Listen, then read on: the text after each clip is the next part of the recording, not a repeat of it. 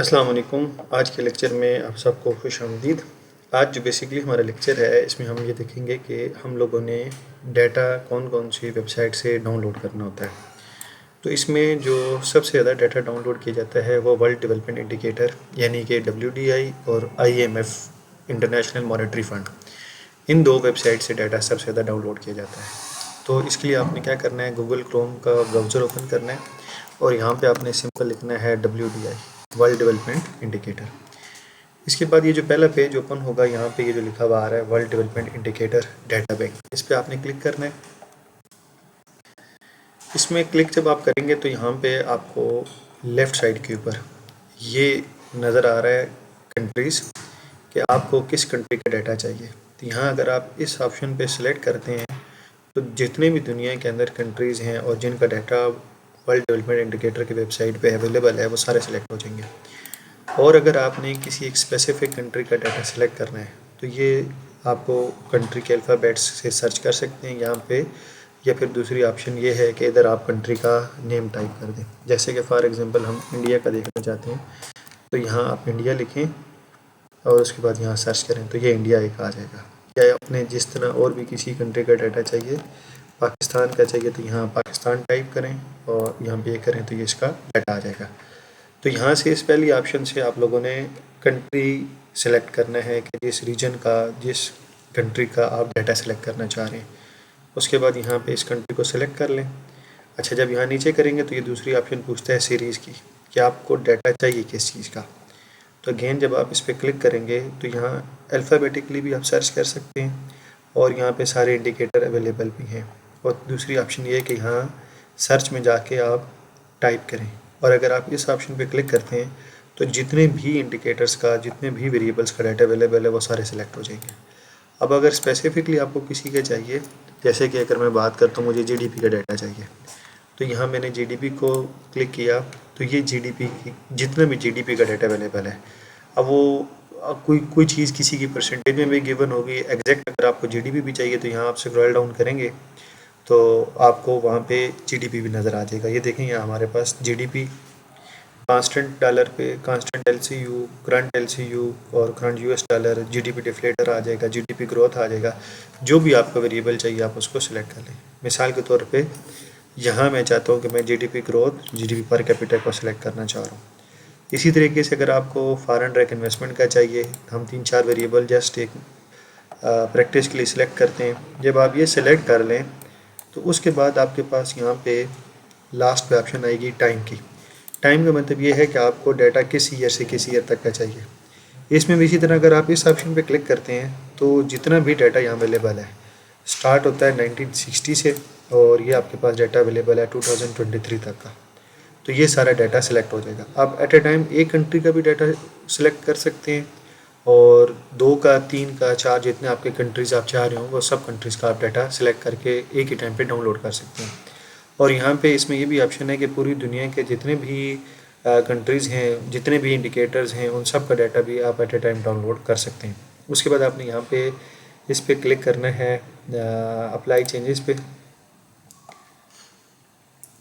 यहाँ पे apply changes करने के बाद आपने यहाँ पे ऑप्शन आ रहा होता है डाउनलोड ऑप्शन का। तो डाउनलोड ऑप्शन में आपने करना है एक्सेल।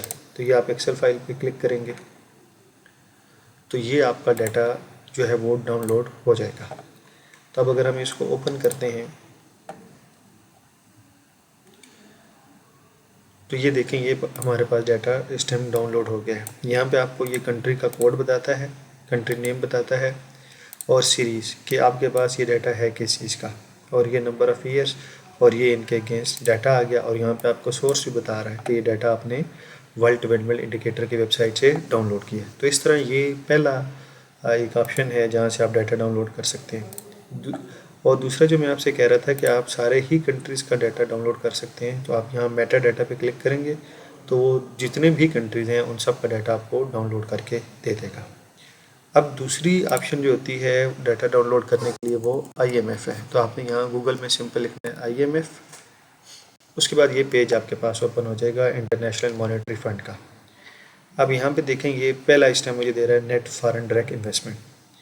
अगर आप इसको ऐसे नीचे करेंगे तो यहाँ पे आपको कंट्रीज़ की जो लिस्ट है वो नज़र आएगी कि किन किन कंट्रीज़ का डाटा यहाँ पर IMF की वेबसाइट पर अवेलेबल है। तो आपको जिस भी कंट्री का डाटा चाहिए यहाँ से आप वो कंट्री सेलेक्ट करेंगे।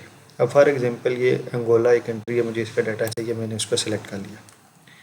फिर उसके बाद यहाँ पे इस सर्च मेन्यू में आप अपना स्पेसिफिक वेरिएबल बताएंगे जिस वेरिएबल का आपको डाटा चाहिए।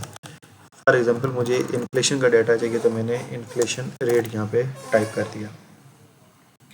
अच्छा, इन्फ्लेशन रेट टाइप करने के बाद फिर आपने क्या करना है कि इसको एंटर करें। ये इन्फ्लेशन रेट आ गया आपके पास और ये कंट्री सेलेक्ट हुआ है। अच्छा, आप एट ए टाइम इस तरह कर सकते हैं कि अगर आपने किसी एक रीजन का सेलेक्ट करना है तो ये जो दुनिया के अंदर डिफरेंट रीजन्स हैं, रीजन वाइज भी डाटा अवेलेबल है। अगर आप अफ्रीका सेलेक्ट करेंगे तो अफ्रीका पूरे रीजन का डाटा आपके पास डाउनलोड करके आ जाएगा। लेकिन इस टाइम हम सिर्फ एक कंट्री का जो सेलेक्ट किया है, उसके बाद आप इसको ऐसे नीचे करें और यहाँ पे ऑप्शन आ रही होगी सिलेक्टेड कंट्री डाटा और एक्सेल फाइल। इस पर आप क्लिक करें एक्सेल फाइल पे, तो ये डाटा आपके पास ये एक्सेल फाइल में डाउनलोड हो जाएगा। अब हम इसको ओपन करते हैं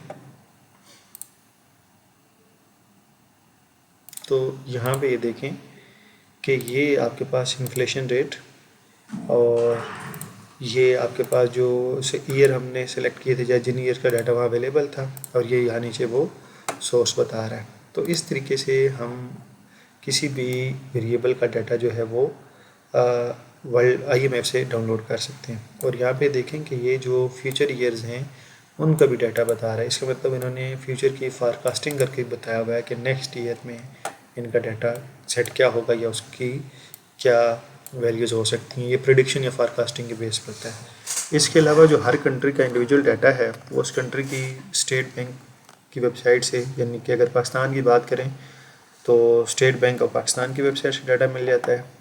इसी तरीके से जो मिनिस्ट्री ऑफ फाइनेंस है उनकी वेबसाइट से डाटा मिल जाएगा, स्टैटिस्टिकल ब्यूरो से डाटा मिल जाता है। तो हर कंट्री ने अपने अपने डिफरेंट डिपार्टमेंट्स बनाए होते हैं जो डाटा अपलोड कर रहे होते हैं, डाटा मैनेज कर रहे होते हैं। लेकिन ये दो मेजर हैं जो आपको दुनिया का किसी भी चीज़ का, किसी भी कंट्री का डाटा चाहिए हो तो मोस्टली आपको वर्ल्ड डेवलपमेंट इंडिकेटर और IMF की वेबसाइट से मिल जाता है।